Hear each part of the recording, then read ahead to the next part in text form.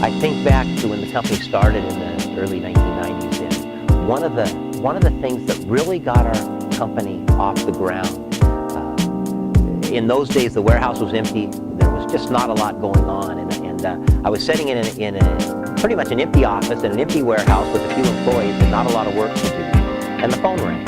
And the gentleman on the phone said, "Hey, I've got a project that I'm working on. I'd like you to come out and take a look. We're going to be shipping some different kind of fixtures to different places throughout the country. Would you like to come and take a look?" And I said, "Sure, we'll come and check it out."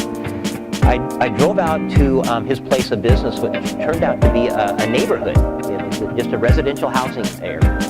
And I went to the address and I knocked on the door, and he introduced himself, and I went inside, and he took me down to the basement of the house.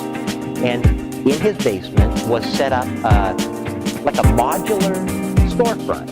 It had cash wraps, it had display cases, pastry cases, and he said, "We are designing a coffee pipe outlet store in order to service customers in airports, in storefronts, in different areas, and they potentially could be sending a lot of these out, and we need someone to package them."